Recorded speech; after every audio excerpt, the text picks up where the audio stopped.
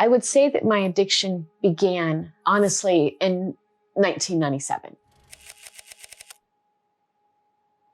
I didn't think that it was an addiction at that time. I realized then that I used drugs to not only alleviate pain, but to use for mood altering. If I was going to go somewhere, even if I wasn't in pain, I would pop a pill. And I could not deal with life without medication. I needed a pill to be likable, to be around, to have fun. It made me feel normal. 2009, I got sick. I had extreme pain in my legs. The pain medication helped alleviate the pain, but it also made me normal. I had a great doctor, and he would give me about 60 pills a month. Then I went to another doctor and met someone there that said, oh, you can get more medication at this place. As I needed more and my addiction progressed, I learned how to find the doctors that I needed. By this point, I was well. I was doing well in my medical problem, but I was now addicted to pain pills. I found a doctor in Fredericksburg that would write me whatever I wanted. He would ask me to dinner. He would ask me, could he come by? He wasn't there for my medical needs. He was there for his personal needs. And I manipulated that system to where I could get what I wanted without taking it to the next step with him. My addiction took a turn for the worse.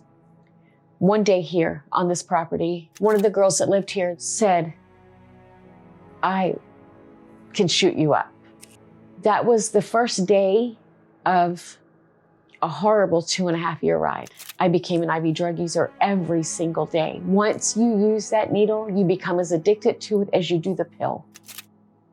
One day, I didn't have any medication, and I rode with a friend, and she was going to buy heroin.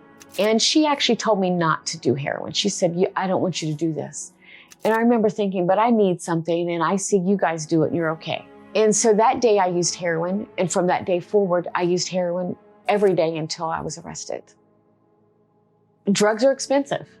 And what you get from the doctor, even though it's 400 pills a month, it's not always what you want or enough of what you need.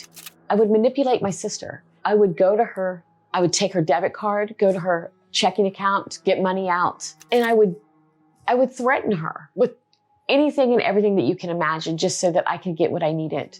During that time, I didn't care, because that's what drugs do. You care about the addict. You care about that you're going to be fine. My mother and I had had a falling out prior to the addiction, but during the addiction, I would try to manipulate her too. She was my first phone call in jail, and when I told her I'd been arrested, she said, thank God, I can sleep tonight. I didn't realize, because we weren't having a relationship, that she was suffering like that. I thought she honestly just didn't care. The hell I put my sister through, I knew it, but like I said, I didn't care. And I remember one day she told me she was crying so bad, and she said, I wish you would die. If you were dead, I would know where you were. I would know that you were safe. I wouldn't worry where you're at. I wouldn't worry if you ate. I wouldn't worry what was going on. I would be able to come to the cemetery to see you. As it stands right now, not only do I not want to see you, but I can't see you because I don't know where you are. The things that I have done to my family during addiction are unbelievable, but the forgiveness that I have received in my recovery is as unbelievable but amazing. There's nothing that you have done that can't be forgiven. I often tell people that I have two wonderful days in my life, and that is April 1st, 1992, the day my son was born, and December 15th, 2015, the day I was arrested. I kept praying and praying, please fix this, please fix this. And that night, 2 deputies knocked on the door, and there was no getting away this time. If I could have heard his voice, I felt like I would have heard God saying, I got you. I know you can't do this by yourself, so I'm going to do it the only way that you can do it. Soon after I came home, my mother told me that there was an event. This is weird to say because I didn't know I would find freedom from addiction, but I felt free. Like I felt the freest I had been, and by this point, I am 4 years clean. I was walking around the tables afterwards, running into people that I knew, and I picked up a pen off of the table that's from Zoe Freedom Center, and it laid on my dresser for a little while. And I kept thinking, I need to call this place. They seem pretty nice. And I haven't found my community. NA wasn't for me. And so one day I called the number on the pen and Mark Brown answered. And he's like, yes, come to group. We have a women's group every Thursday night. Come on by. And I'm like, okay. I hang up the phone. I don't go. Finally, I went the next week. And then I went the next week. And then I went the next week. And I kept going. I knew now that these were my people. Everybody had something that filled my soul. And they kept talking about freedom from addiction. And I thought, well, what is that? I always thought I would always introduce myself for the rest of my life as, hi, I'm Jeannie and I'm an addict. Yeah, that's not my introduction anymore.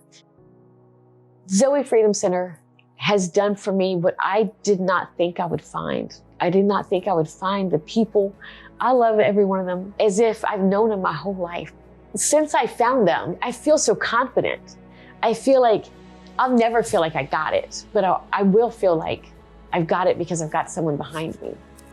Without walking that path with someone holding your hands, I feel like it's a rocky road.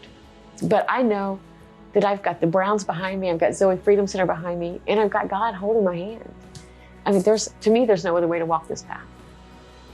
Hi, I'm Jeannie, and I am free from addiction.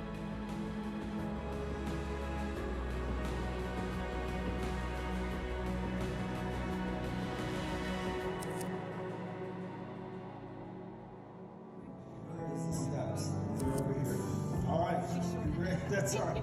Can you get in there?